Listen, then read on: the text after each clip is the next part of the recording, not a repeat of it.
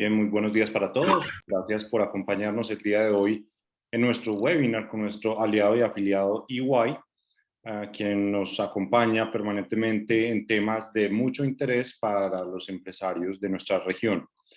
El día de hoy estaremos hablando de desconexión laboral en Colombia. Como sabrán, hay nuevas leyes que lo regulan, muy dictadas tal vez por esta pandemia, que en sus inicios, cuando migramos a la virtualidad, se generó cierta presión y tal vez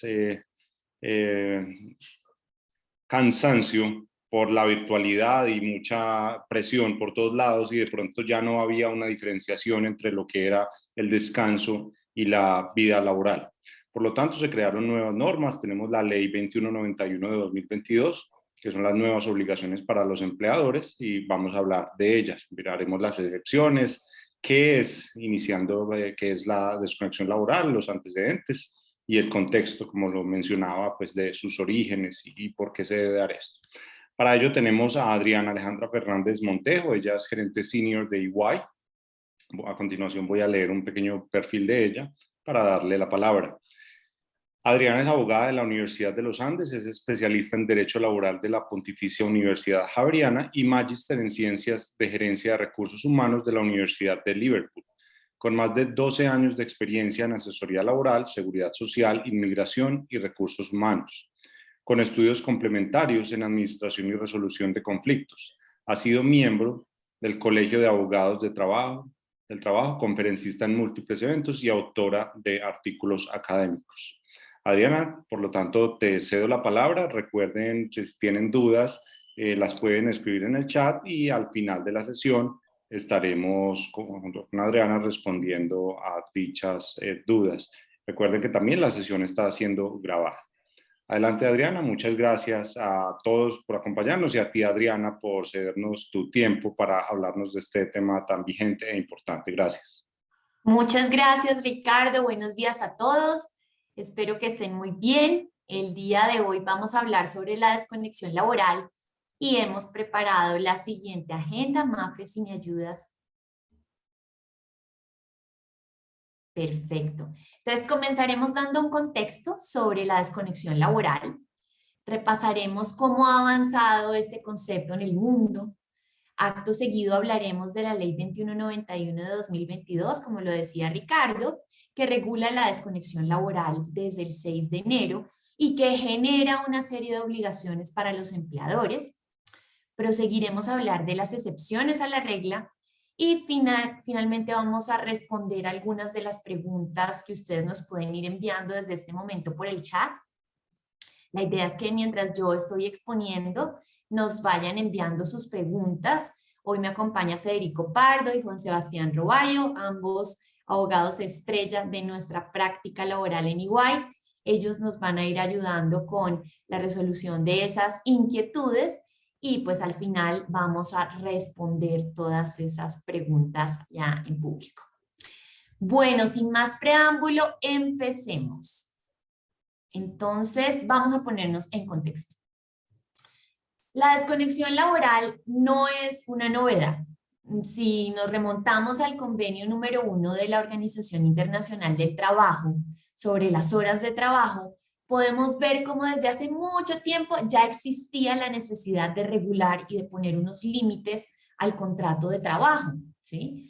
La prestación personal y subordinada de los servicios del trabajador pues no implica per se que ese trabajador nos haya puesto su vida a nuestra disposición, que es lo que a veces se suele pensar.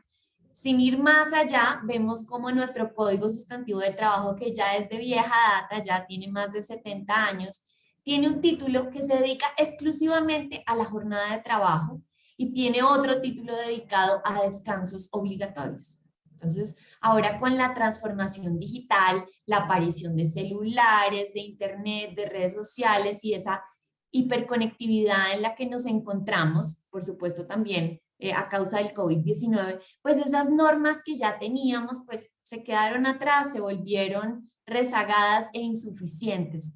Entonces, como muchos empleadores, entre esos muchos de ustedes, permitieron a sus colaboradores trabajar de forma remota, desde casa o inclusive pues implementar esa vieja figura del teletrabajo, pues ahí esa línea personal y laboral se pierde. Ya no encontramos esos límites bien definidos. Entonces, ahora no nos extrañemos cuando las personas nos digan, aun cuando están desde su casa, que uno puede pensar que hay más flexibilidad, nos digan, ahora trabajo más, ya no tengo tiempo de almorzar, me siento agobiado, me siento abrumado, me siento cansado. Entonces, por esta razón, el 20 de mayo del 2020, se radica en el Congreso de la República un proyecto de ley de la desconexión laboral, que ahora es ley, y que pues desde el 6 de enero nos trae estos nuevos parámetros. Entonces, dentro de la exposición de motivos de ese proyecto, se explica cómo ese boom y ese bombardeo de información a todas horas está sobrecargando a los trabajadores de tal forma que tanto en el sector público como en el sector privado, pues han generado una serie de temas como nuevas enfermedades, nuevas situaciones que ahora se están afrontando y que no sabíamos cómo abordarlas en un principio. Entonces, pasemos a la siguiente slide, por favor. ¿Qué es la desconexión laboral? Entonces, la desconexión laboral es el derecho que tiene todo trabajador de desconectarse del trabajo y de aprovechar su tiempo libre en lo que quiera. Pero entonces, ahí viene la pregunta, ¿qué es tiempo libre? Entonces, el tiempo libre son esos tiempos de descanso, esos tiempos que no tengo destinados a hacer ese trabajo, las licencias, los permisos y las vacaciones. Pasemos a la siguiente slide, Mafe, por favor. Bueno, es importante recordar que la principal obligación que tiene el empleador es asegurar la protección y la seguridad de sus trabajadores. Y esa protección hace referencia a pues, la vida y a la salud física y mental. Si el trabajador no está vivo, pues ahí no podemos hacer nada, eso es lo principal.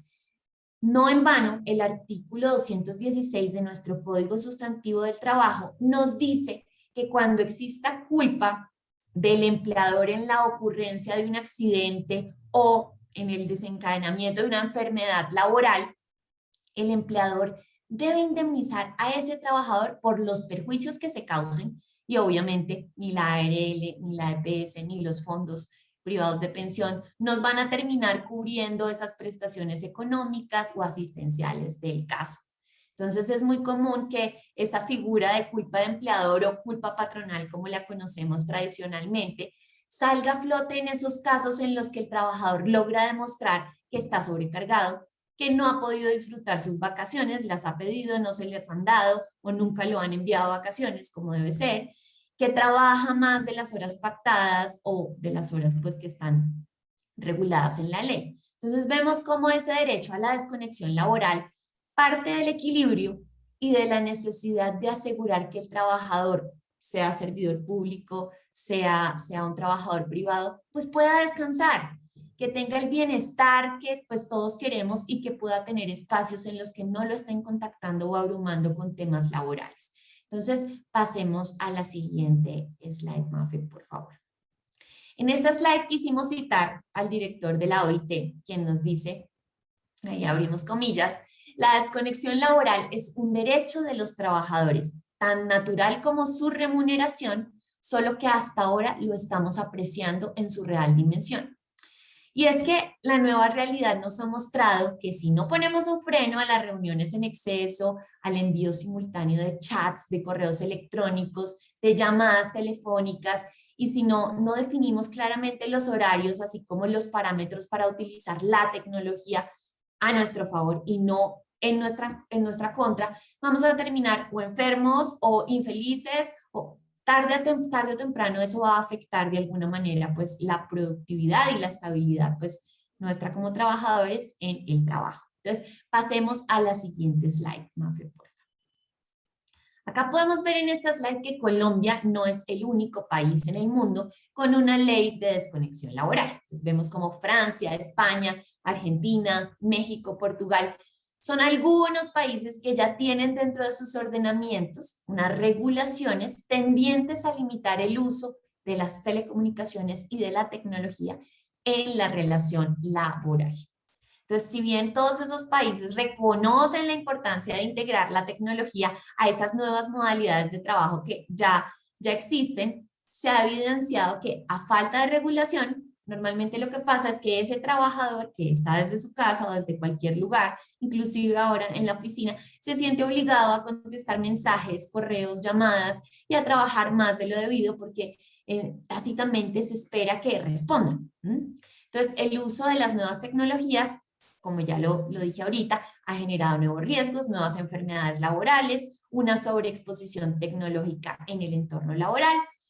Escuchamos mucho palabras como el estrés, el burnout, estoy quemado, la depresión, y todo esto trae secuelas no tanto evidentes a nivel físico inicialmente, pero sí psicológico, y eso después desencadena otras cosas. Entonces, no se trata de que estigmaticemos o satanicemos la tecnología, sino de que reglamentemos su uso. Entonces, pasemos a la siguiente slide, por favor. En Colombia hemos ido avanzando en cuanto al derecho de desconexión laboral pues, se refiere. Tenemos normas que directa o indirectamente nos hacen ver que debe haber un equilibrio entre la vida y el trabajo. Entonces, la OIT, la OMS han estado alineadas en esto. Entonces, de hecho, acá en Colombia, fíjense que el año pasado, con la ley 2101, se redujo la jornada laboral máxima de 48 a 42 horas. Obviamente, eso va a ser gradual, esa disminución va a ser gradual y vamos a empezar a ver el impacto desde el próximo año, desde el 15 de julio del 2023. Pero ya estábamos en hora pues de ir poniendo unos parámetros claros en lo que a la desconexión respecta. Entonces, para no hacer más largo el cuento, el 6 de enero de este año, el Congreso expide la ley 2191 y esto ha generado mucha incertidumbre en el mundo empresarial. Entonces pasemos a la siguiente slide. Entonces, en esta ley, que está vigente desde el 6 de enero, aparecen las verdaderas medidas que todo empleador debería tomar, bien sea del sector público o del sector privado, para asegurar que ese derecho de desconexión laboral se materialice. Entonces, pasemos a la siguiente slide. Entonces, ¿cuál es el objeto de esta ley? El objeto de esta ley básicamente es conciliar la vida personal, familiar y laboral de los trabajadores. Y el legislador básicamente nos dice que la desconexión laboral es el derecho que tienen todos los trabajadores y servidores públicos a no tener contacto por cualquier medio o herramienta, bien sea tecnológica o no tecnológica, para cuestiones relacionadas con su ámbito laboral. En horarios por fuera de la jornada ordinaria o la jornada máxima legal o la que hayamos convenido entre las partes, ni tampoco en sus vacaciones o descansos. Entonces, ¿esto qué implica? Que el empleador debe abstenerse de formular órdenes u otros requerimientos al trabajador por fuera de esa jornada a través de los diferentes medios de comunicación que existen. La entrada en vigencia de la ley de desconexión laboral supone que a partir del 6 de enero el empleador tiene esa obligación de garantizar ese derecho a la desconexión. ¿Y esto va a implicar qué? Que la norma nos dice que será ineficaz cualquier cláusula, cualquier acuerdo al que yo llegue con el trabajador que vaya en contravía de ese derecho. Entonces, todo esto parece muy etéreo hasta el momento, pero hay acciones concretas. Entonces, pasemos a la siguiente slide. La ley nos obliga a los empleadores a tener una política de desconexión laboral que tiene que contar por lo menos con 3 elementos. Entonces, el primero es la forma como se va a garantizar y ejercer ese derecho a la desconexión. Entonces, esto tiene que incluir lineamientos frente al uso de las tecnologías y de las comunicaciones. Entonces, un ejemplo de esto es definir cuándo se permite enviar mensajes vía WhatsApp, bien sea directamente o a un grupo específico que se haya creado, si el correo puede usarse o no en las horas no laborales, o si hay que incluir algún tipo de mensaje. No sé si han visto que en muchas compañías nos están poniendo ya al final en la firma que aunque yo esté escribiendo este correo, usted no tiene la obligación de contestarlo. También es importante regular si el teléfono celular o el computador corporativo van a tener un uso restringido o se va a limitar a los turnos o a las horas de trabajo. Entonces, eso se debe incluir en la política. El segundo punto que debe contemplar esta política es un procedimiento que determine los mecanismos y medios para que los trabajadores o los servidores públicos puedan presentar quejas frente a la vulneración del derecho a la desconexión laboral. Entonces, bien sea a nombre propio o de manera anónima. Yo miro cómo lo regulo. Entonces, acá habrá que definir un responsable o unos responsables para que reciban esas quejas, para que las tramiten, y eso también va a implicar que los empleadores empecemos a actualizar todos los demás documentos o políticas que soportan nuestra relación laboral, por ejemplo, el reglamento de trabajo, que definamos no solo el protocolo que se va a seguir en caso de vulneración del derecho, sino que revisemos las faltas, ¿sí? Y las sanciones correspondientes, cómo están nuestros procesos disciplinarios alineados a esta política de desconexión laboral. Por último, la política debe contener un procedimiento interno para el trámite de esas quejas, pero que garantice el debido proceso y que incluya mecanismos de solución de conflictos. Entonces, ¿esto qué implica? Pues que también debemos verificar de alguna manera el cumplimiento de los acuerdos a los que se lleguen con las partes involucradas en ese potencial conflicto y que en realidad cese la conducta o las conductas que puedan vulnerar ese derecho a la desconexión. Entonces, aquí hago énfasis en algo y es que no se trata de que ahora tomemos el modelo de política que está en Google o en Internet, si es que ya está, o que tomemos un modelo estándar, una minuta Minerva, sino que revisemos cómo en realidad es nuestro negocio, cómo es mi empresa, qué aplica y qué no aplica. Si yo soy una empresa que está abierta a las 24 horas al público, pues no voy a restringir el uso de las tecnologías por la noche o a determinadas horas, pero sí voy a tener que entrar a revisar los turnos de mis colaboradores, las jornadas pactadas, y voy a tener que integrar cada uno de esos mundos y cada uno de esos perfiles de cargos en esa política. Entonces, no basta con tener el papel, sino que de verdad yo garantice que el trabajo que estoy dando no vaya a afectar la vida ni la salud de las personas. Y acá, obviamente, voy a tener que involucrar al encargado del sistema de gestión de seguridad y salud en el trabajo, que todos lo tenemos que tener implementado, también al COPAS, y si soy una compañía, una empresa pequeña, pues al vigía de salud y seguridad en el trabajo. Entonces, pasemos a la siguiente slide, Mafe. Ya habíamos mencionado que cualquier cláusula o acuerdo que vaya en contravía al derecho de desconexión es ineficaz. Ahora bien, hay una pregunta importante y es, ¿qué pasa si el empleador incumple?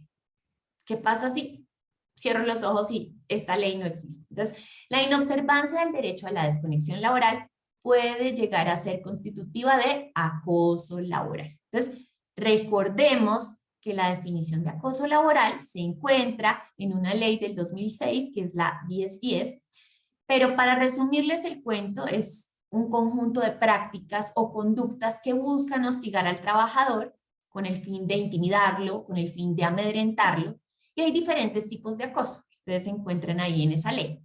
Entonces, el trabajador que considere que sufre de acoso laboral puede interponer esa denuncia y el empleador puede ser sancionado, ya sea por sus acciones o por sus omisiones. La sanción por acoso no es muy alta en realidad, va de 2 a 10 salarios mínimos, nos dice esa ley, pero puede llegar a ser muy costosa si llega a ocurrir un accidente de trabajo o una enfermedad laboral. ¿Se acuerdan que hablamos de la culpa del empleador o culpa patronal? Pues aparte de esa culpa del empleador que nos trae esta indemnización de perjuicios, la ley 1010 de 2006 es clarísima y nos dice que el hecho en que se logre definir que el acoso generó una enfermedad o un accidente o un tema pues alineado con ese acoso, pues vas a tener tú como empleador que pagar el 50% del costo del tratamiento de las enfermedades, de las alteraciones a la salud y de las demás secuelas originadas en el acoso laboral. Entonces, también acordémonos que la persona que sufre de acoso y denuncia, pues como se va a exponer a un mayor acoso, tiene una protección legal que implica que si le terminan el contrato en los 6 meses siguientes a la queja, pues esa terminación no tendrá ningún efecto. Siempre y cuando pues la autoridad competente verifique la ocurrencia de esos hechos y pues esa protección no solo va a cobijar a la víctima de acoso, sino a los testigos de ese acoso. Entonces, es importante mencionar que para que la vulneración del derecho a la desconexión configure un acoso, pues debe ser persistente y debe ser demostrable. Entonces pasemos a la siguiente slide. Importante también que sepan, si quieres Mafe, pasemos a la siguiente, que la ley 2191 nos dice que no estarán sujetos a lo dispuesto en la ley de desconexión 3 trabajadores o 3 situaciones. Entonces, los trabajadores y servidores públicos que desempeñen cargos de dirección, confianza y manejo, pues no tendrán que observar esta ley de desconexión laboral. El Código Sustantivo del Trabajo no define el concepto de trabajador de dirección, confianza o manejo, pero la jurisprudencia sí. Entonces la solución ahora no puede ser que todos los cargos que tengo en mi empresa ahora son de dirección, confianza y manejo, porque este tipo de trabajadores son aquellos que por sus funciones tienen una gran responsabilidad, porque tienen capacidad de mando, capacidad de jerarquía, se pueden obligar frente a los demás empleados y por esa razón comprometen los intereses del empleador, o sea, representan al empleador. Entonces no es que yo confíe mucho en Pepita, entonces como confío mucho en Pepita ya esta ley no te aplica porque eres de dirección, confianza y manejo, no. ¿Cuál es la dirección ahí, Pepita? ¿En realidad puedes representarme? Tampoco aplica en esta ley los cargos que pues intrínsecamente tienen que estar disponibles. Entonces la norma ahí nos dice como, bueno, hay cargos en la fuerza pública y organismos de socorro que siempre tienen que tener una disponibilidad. ¿Sí? Esos cargos existen. Entonces por esa naturaleza en la función, pues simplemente están exceptuados de esta ley de desconexión laboral. Obviamente, esto no implica que yo no le pague debidamente al trabajador sobre esas horas en las que está en disponibilidad permanente, pero para estos casos específicos no aplica. Tampoco aplica esta ley para los trabajadores que excepcionalmente tengan que atender situaciones de fuerza mayor o de caso fortuito en los que se requiera que cumplan deberes extra de colaboración con la empresa, cuando esos sean necesarios para darle continuidad al servicio. Pero siempre que ustedes puedan justificar la inexistencia de otra alternativa, no todo es fuerza mayor y caso fortuito. Entonces, con decirles que el Ministerio del Trabajo ha dicho que la pandemia no es fuerza mayor ni caso fortuito. En general, por fuerza mayor o caso fortuito, debo entender ese imprevisto que no es posible resistir, como por ejemplo un terremoto, ¿sí? Un naufragio. Entonces, para terminar, la ley nos dice que el trabajador o servidor público que crea vulnerado su derecho a la desconexión laboral puede presentar la queja o la denuncia ante el inspector del trabajo o ante la Procuraduría General de la Nación, y que esa denuncia debe detallar los hechos, así como también el trabajador debe anexar una prueba de los mismos. Bueno, entonces, esto es básicamente lo que nos dice esta ley. Aquí terminaríamos con la parte teórica. Entonces, veamos las preguntas que han surgido en el tiempo que nos queda y pues procedemos a compartirlos. Entonces, miremos por acá el chat. Bueno, acá nos preguntan, las mesas de soporte de las áreas de TI, a ver, acá que se me corrió, deben estar disponibles en ese caso, pueden ser objeto de la excepción. Ahí tú tienes que ser muy cuidadoso, porque yo entiendo que un área de soporte, ¿sí? En temas de tecnología, pues tenga que tener una disponibilidad, pero entonces ahí yo como empleador debería preguntarme, ¿no es mejor que yo tenga diferentes turnos para que las personas atiendan a diferentes horas esas llamadas en temas de tecnología?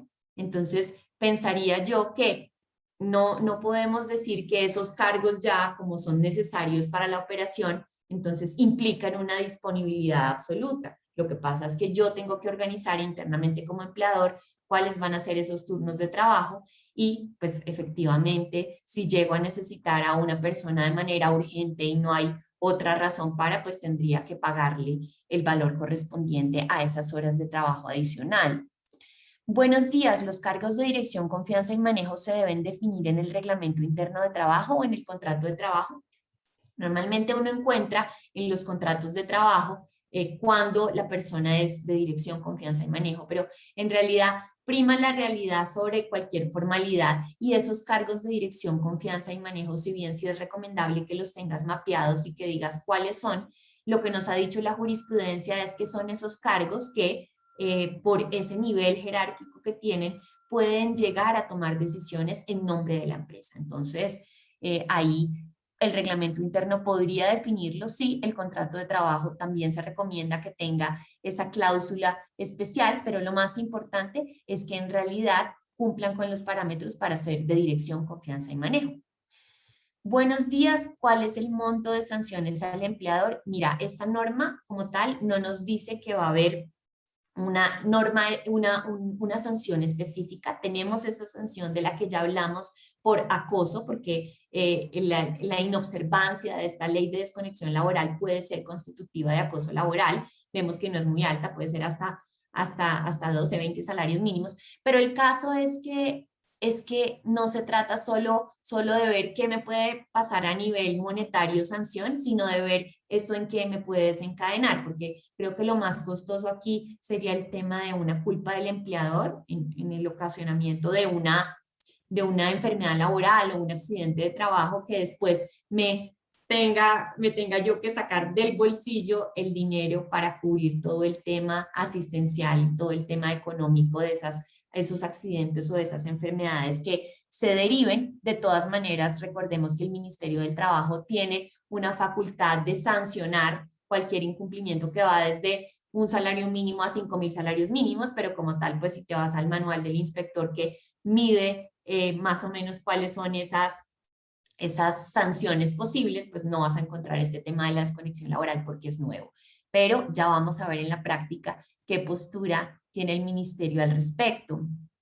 Entonces, ¿cómo funciona la protección laboral de 6 meses? ¿Se activa con la denuncia ante la autoridad? ¿O en qué momento? Realmente fuera de los 6 meses siempre se cuenta hacia atrás. Entonces es algo que yo puedo tener pues por mucho tiempo. La persona va, hace la denuncia formal y bueno, miro yo en ese momento en el que se alega esa protección. Yo como juez reviso si existe ese fuero, si se hizo esa denuncia formal efectiva después de los 6 meses en que se presentó el hecho.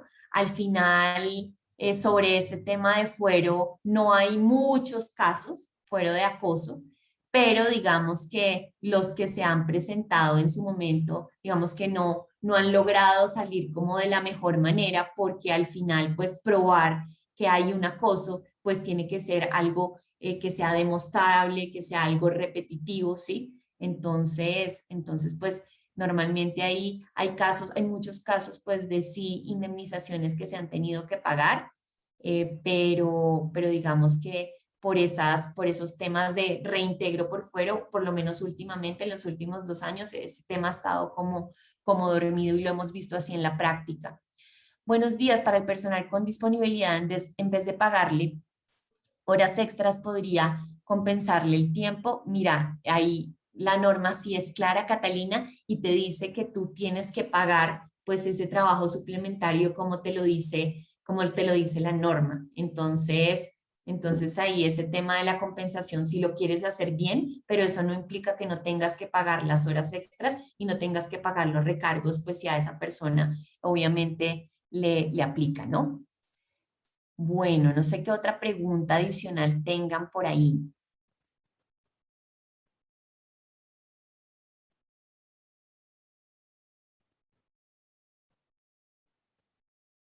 Independientemente del salario de la persona. Ah, bueno, acá esto es muy bueno, Catalina, lo que dices, porque hay personas que tienen salario integral. Recordemos que esas personas que tienen salario integral deben por lo menos devengar 10 salarios mínimos, más el factor prestacional de la compañía, que no puede ser inferior al 30%. En ese salario integral yo puedo incluir todos los pagos que yo quiera, a excepción de las vacaciones. Entonces ya puedo decir que está incluido todo el tema de trabajo suplementario, ¿sí? Horas extras, recargos, etcétera, pero mi cláusula de integralidad pues tiene que tener eso contenido. Para los otros trabajadores, pues ahí sí tienes que pagar los recargos. A ver, ¿qué posición tienes, Cristian García? ¿Qué posición tienes sobre las opciones de disponibilidad? Pues mira, realmente acá el tema de la disponibilidad Si me preguntas por mi opinión personal, uno sí debería como empleador tratar por todos los medios de que las personas logren desconectarse. Normalmente cuando yo tengo esos cargos de disponibilidad, pues la persona deja de hacer cosas en su tiempo libre por cubrir como con mis requerimientos, ¿no?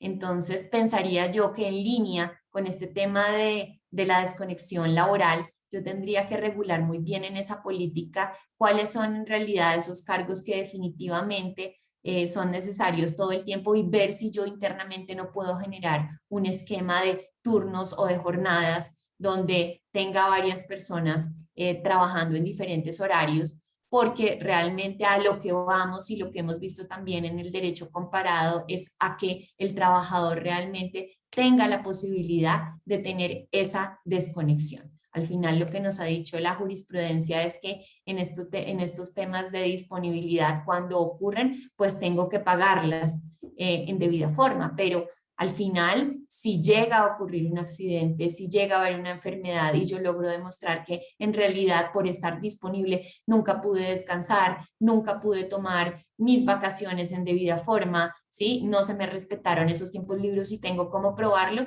al final a quien le va a tocar pagar por no solo la indemnización de los perjuicios que se puedan causar, sino por todas estas prestaciones económicas asistenciales, voy a ser yo como empleado. Entonces, ese tema hay que regularlo muy bien en la política y hay que definir internamente en tu empresa si existen o no esos cargos que van en línea con los ejemplos que nos pone la ley, que son estas personas de la fuerza pública o de temas de socorro. A ver, veamos qué más preguntas nos salen por acá.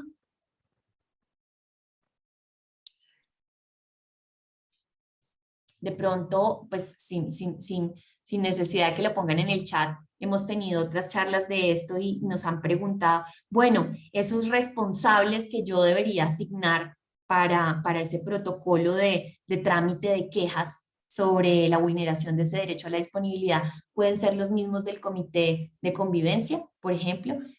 Finalmente la norma no me dice que no, pero sí es importante que yo lo regule y que vea cómo voy a hacer que ese responsable de tramitar esas quejas no de una se entienda como una queja de acoso laboral, ¿no? Entonces tengo que regularlo muy bien, pero sí, el responsable puede ser también un integrante del comité de convivencia. ¿Qué otras preguntas nos hacían en charlas anteriores? Bueno, que si el reglamento interno debería alinearse con la política y la respuesta es sí, sobre todo en el tema de faltas. Mira, si tengo un grupo en Telegram para mi equipo de trabajo y mando una notificación para uno de ellos que está en vacaciones, ¿cómo se podría manejar? Pues ahora esta ley nos invita a que nosotros regulemos estos casos específicos, ¿no? Y veamos cómo, bueno, cuando las personas están en vacaciones, yo no tendría por qué estarles escribiendo por ningún medio existente, ¿sí? Pero digamos que tengo ese grupo y está abierto a diferentes personas y esa persona está ahí. Simplemente dentro de la misma política tengo que poner esos parámetros de los grupos. Entonces, de pronto, unas recomendaciones para silenciar esos grupos, para que no sean visibles, para recordarle a la gente que en sus vacaciones se dedique exclusivamente a la finalidad de esas vacaciones, que es descansar. Y pues que también dentro de los chats y eso yo tenga mis políticas de uso del chat, ¿no? Entonces esa política de desconexión que tenga ahí un pequeño capítulo dedicado a estos nuevas formas de comunicación, puede ser el Telegram, puede ser WhatsApp, como vean, si llega a recibir un mensaje de estos en un grupo de personas que tiene otra jornada o está en vacaciones, pues no lo tiene que mirar, no tiene que verlo y al final yo no voy a poder ponerle ninguna sanción como empleador porque usted no respondió cuando estaba descansando o cuando ya estaba fuera de su jornada laboral. Esa es más que todo la idea, pero sí también es una concientización de nosotros como empleadores, cómo estamos trabajando, porque hay gente que dice, bueno, es que yo soy muy nocturno, entonces a mí me encanta trabajar de noche y como me encanta trabajar de noche, entonces eso me da derecho a llamar a una persona a las 11 de la noche cuando esa persona no tiene ese turno. Pues realmente no, tal vez puedo trabajar yo si me está permitido de noche en mis temas de trabajo, mando los correos, pero sí tendré que poner ahí, vea, que yo escriba a estas horas no significa que usted me tenga que contestar a estas horas. La persona que es nocturna se tendría que alinear es a las políticas de la compañía y mirar cómo no perturba a los demás y no que todos los demás se vengan pues a trabajar a las mismas horas que esta persona que tiene esas prácticas. Bueno, buen día. ¿Qué sanciones podrían darse para quienes vulneren ese derecho? En el reglamento interno debe catalogarse como falta grave o leve. Mira, en el reglamento ahí nosotros podemos definir las faltas y podemos decir si esta es una falta grave, si es una falta leve. Lo importante es que lo consignemos bien porque después cualquier proceso disciplinario se va a basar en esas faltas que pues ya tenemos incluidas. Recuerden que el reglamento interno hace parte del contrato de trabajo de los colaboradores, no en vano por eso se publica, por eso los trabajadores pueden llegar y presentar objeciones. Entonces, creo que el reglamento es el lugar donde tú puedes definir eso de acuerdo con tus políticas internas. Y en cuanto a las sanciones que pueden darse para quienes vulneren ese derecho a nivel organización, aparte de las que ya hemos hablado, pues inclusive podría llegar a darse por terminado el contrato de trabajo, sí, pues si así se quiere, o se puede también incluir dentro de las suspensiones, llamados de atención, pues cuáles son esas faltas según la regulación que yo tenga interna, pero digamos que la norma no te limita como, entonces a la persona que vulnere este derecho, entonces le vas a poder llamar la atención la primera vez, no, eso lo regulas tú al interior de tu compañía, pero entonces el reglamento es el espacio. ¿Cómo eximirnos como compañía de la responsabilidad en el caso de los trabajadores nocturnos que mencionabas, que por decisión propia les gusta mejor conectarse a trabajar o responder correos en la noche? Mira, Alexandra, o sea, cada vez que vemos estas nuevas modalidades de trabajo, nos damos cuenta que las personas están tomando decisiones autónomas donde dicen, no, pues es que a mí me sirve más o trabajar de noche o trabajar en la madrugada o tal. Lo importante que es que yo como compañía, en línea con el sistema y por el sistema que tenga de seguridad, de gestión de seguridad y salud en el trabajo, con las personas del COPAST o con el Vigía, haya trabajado en políticas tendientes a que las personas cumplan lo que está establecido en la normatividad interna. ¿Cuál es esa normatividad interna? Que mi reglamento tenga clarísimo cuáles son los turnos de trabajo, cuáles son las jornadas. De hecho, el artículo 108 del Código Sustantivo del Trabajo nos dice exactamente que tiene que tener un reglamento interno de trabajo. Y si te vas ahí, ves que los turnos y las jornadas, esos horarios, deben incluirse en su totalidad en el reglamento. Entonces, si yo ya tengo esa jornada y esa persona no está cumpliendo con esa jornada, pues finalmente yo puedo llegar a iniciarle un proceso disciplinario. Entonces hay que ver tú como empresa qué quieres, si llegar a estas instancias o si más bien lanzar una serie de campañas diciendo, bueno, la normatividad ya existe, estos son los horarios que se definieron, así necesitamos que usted trabaje. Yo como empleador tengo el poder subordinante y le debo decir a usted, tengo la facultad de decirle el modo, el tiempo, el lugar donde usted tiene que ejecutar la tarea que le estoy asignando. Entonces realmente si usted llega a incumplir, tenga en cuenta que puede esto derivar en sanciones disciplinarias y puedes iniciar pues con llamados de atención. Las campañas también ayudan a que la gente pues se concientice, ¿no? Y pues que te asegures sí que así esa persona, si eres más flexible y sí, ok, que trabaja de noche y todo el tema, pues te asegures de pagar los recargos a los que haya lugar por trabajo nocturno, etcétera, pues sí, si esa persona está trabajando a deshoras, ¿no?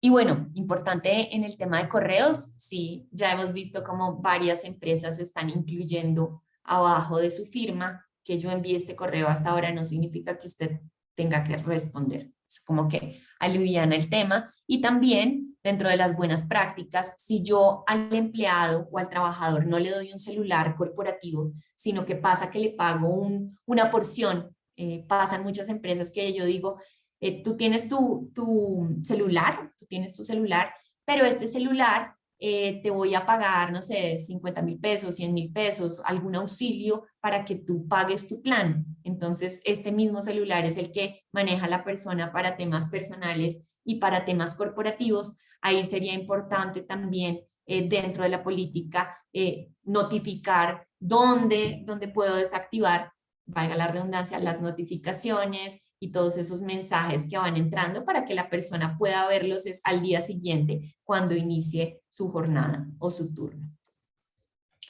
Bueno, a ver qué otras preguntas tienen por ahí.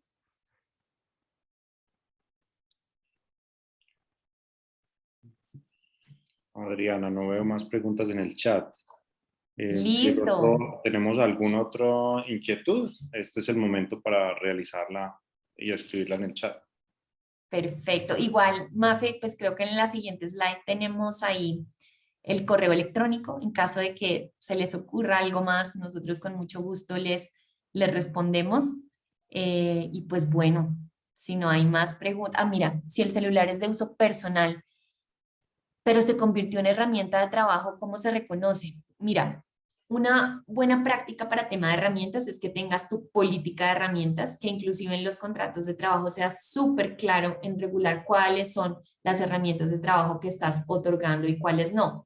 Finalmente, si ese celular, pues en realidad la persona es de la persona, lo está pagando y está todo el tiempo utilizándolo para fines de la empresa, sí sería recomendable que tuvieras como un auxilio, una partecita por lo menos de el valor del plan. Hay personas que también pagan como un pequeño arrendamiento por el uso del celular a ese trabajador y se maneja como una herramienta de trabajo, pero regúlala muy bien de tal forma que no vaya a constituir un ingreso para el trabajador, que no tengas que aplicar pues retención en la fuente, ni tengas que considerarlo para el exceso del 40% del artículo 30 de la ley 1393, que te dice que todos esos pagos no salariales que excedan el 40% del total de la remuneración deben hacer base para seguridad social.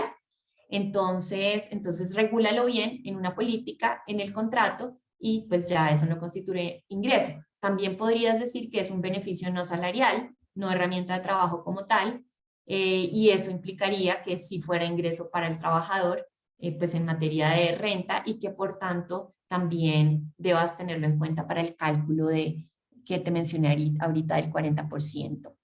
Bueno, acá empezaron otras preguntas. ¿Aplican almuerzos?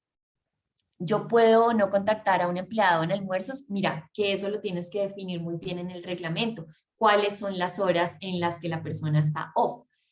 Cuando está almorzando, esa hora pues no la deberías tocar. ¿Cuáles son los tiempos de descanso? Entonces ahí no deberías tocarlo. Si finalmente es una jornada continua, la persona tiene que trabajar, no sé, 6 horas seguidas, pues entonces eso se debe regular muy bien en el reglamento. Importante que esté conectado con la política de desconexión. Y ese reconocimiento del celular es retroactivo debido a la pandemia o reza a partir de la ley. No, mira, finalmente la política no te dice que tú tienes que ahí enlistar las herramientas. Puedes hacer una política adicional de herramientas de trabajo o de compensación en la que haya un capítulo pues también dedicado a cuáles son las herramientas o los beneficios extralegales. Como tal es una recomendación que se haría pues es a futuro. No recomendaría yo que te pusieras a hacer pagos retroactivos porque eso implicaría que si no lo vas a tratar como una herramienta, sino como un pago no salarial, entonces te tocaría corregir todo lo que ya se pagó. Entonces puedes hacerlo de ahora en adelante, pero sí regúlalo bien. Si el trabajador me contacta a mí como su líder por fuera de la jornada, ¿aplica también? Mira, realmente este tema de la desconexión aplica es para pues todos los trabajadores con las excepciones que están ahí en la misma ley. Entonces, no por el hecho de que yo sea tu superior jerárquico significa que dejo de ser trabajador. Entonces, yo perfectamente también puedo quejarme de ese hecho y obviamente si tengo ese poder de subordinación en alguna medida, pues podría llegar y sentar mis bases, ¿no? Miren, el reglamento nos dice que trabajamos de esta hora a esta hora mi contrato dice, por favor, les pido que eviten escribirme mensajes a tales horas, salvo que sea un tema definitivamente urgente y que, como lo dice la norma, no haya otra alternativa, pero si es algo que puede esperar, pues es una práctica que no se debería tener y tú también podrías pues poner la queja ante el representante que se haya indicado para eso y se podría conciliar la situación o directamente pues se le dice a la persona sin que eso vaya a dar lugar a ningún tema adicional. Hay una ley de desconexión que respalda todo esto y que no tiene diferencias en jerarquías. Entonces no es que el jefe de determinada planta o de determinado sitio, entonces no tenga derecho a esa desconexión laboral. Si la compañía paga el 100% del plan celular y se entrega esa línea corporativa como herramienta de trabajo, ok, debería incluirse también en el contrato, como un otro sí, detallar los horarios de uso de este. Fíjate que más que un otro sí, al ser una herramienta de trabajo, yo sí personalmente la incluiría dentro del contrato. Si no está incluido dentro del contrato, sí lo haría vía otro sí, que quede muy claro, que quede muy definido cuáles son las herramientas de trabajo, porque aun cuando el artículo 128 del Código Sustantivo del Trabajo nos dice que las herramientas de trabajo son pagos no salariales, hemos visto en la práctica cómo entidades como la UGPP, que es la Unidad de Gestión Pensional y Parafiscales, y que es la que fiscaliza todo este tema de pagos y contribuciones al sistema de la seguridad social, llega y siempre nos pide soportes. Entonces, si yo estoy diciendo en un proceso de fiscalización, no, pues que ese celular es una herramienta de trabajo, ¿qué te va a decir la UGPP? Demuéstrelo. Al final es una pelea que puedes llegar a dar porque prima la realidad sobre las formas y porque el artículo 128 nunca te dijo que tú tienes que tener per se una política de herramientas o que eso lo debes incluir en el contrato de trabajo. No, pero es una buena práctica. Es una buena práctica que tengas el soporte de, porque más adelante sí te puedes ver enfrentado a ese tipo de peleas y es un desgaste innecesario. Entonces mi recomendación es siempre tengamos todo expreso, escrito y bien regulado. Debería incluirse, bueno, esto ya lo respondimos. Y en cuanto a los horarios de uso, podrías no incluirlos dentro del contrato o en otro sí, pero sí en la política de desconexión podemos tener un capítulo sobre el uso de las herramientas de trabajo. Y ahí podemos decir el computador, a qué hora se usa, el correo electrónico, cuándo puedo, cuándo no puedo. Y así vamos sentando los parámetros de cuándo utilizar determinados equipos o herramientas. Aplicaciones también. Bueno, ¿qué otras preguntas tenemos por ahí?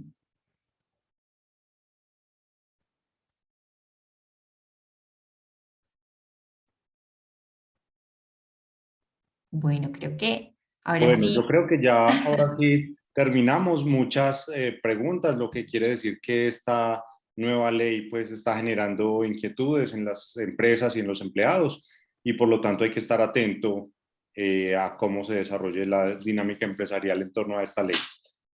Bueno, muy bien, Así es. Adriana. Creo que muy interesante la jornada. Si tienen alguna otra duda posterior, tenemos entonces en este slide el correo de alejandra.fernandez@co.ey.com para que por este medio la contacten. Así entonces terminamos la sesión de hoy. Muchas gracias de nuevo, Adriana, por tu tiempo, a todos ustedes por la participación el día de hoy y los esperamos de nuevo en nuestros próximos webinars más adelante. Feliz día para todos. Muchas gracias. Hasta luego.